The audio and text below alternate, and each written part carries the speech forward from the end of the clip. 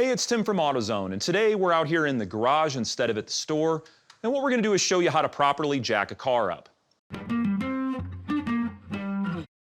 Now, lifting a vehicle is often the first step for several different jobs, and it's important that you learn how to do it safely. There's many different types of jacks that you can use in your shop or in the garage to lift a car, but today we're going to use one of the most well-known jacks. It's a scissor jack. Now, a scissor jack isn't recommended necessarily for heavy DIY jobs, but it's commonly used as an emergency jack for situations like changing a flat tire on the side of the road. So let's show you what exactly we're going to do.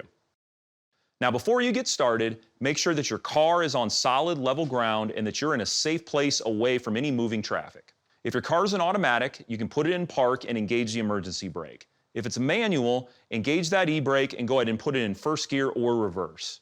Now, with the exception of trucks, most modern vehicles today don't have a frame to jack on. What they have is an integrated jacking point on the underside of the car, and it's commonly called a pinch weld. It's a ridge that runs all along the side of the body where the scissor jack's lifting head is going to fit into.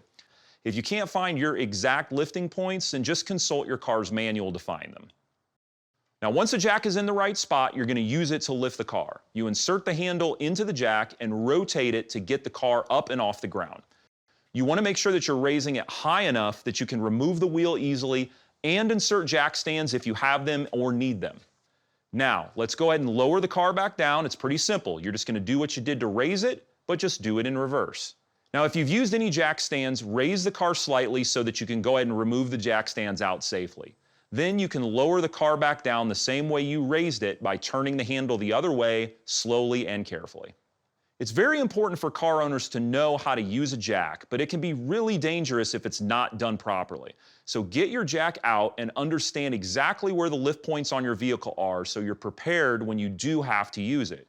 If you have any questions, head over to your local AutoZone where any AutoZoner can help you find the right jack and jack stands. And that's it for today. For more tips, be sure to like and subscribe below, and we'll see you next time.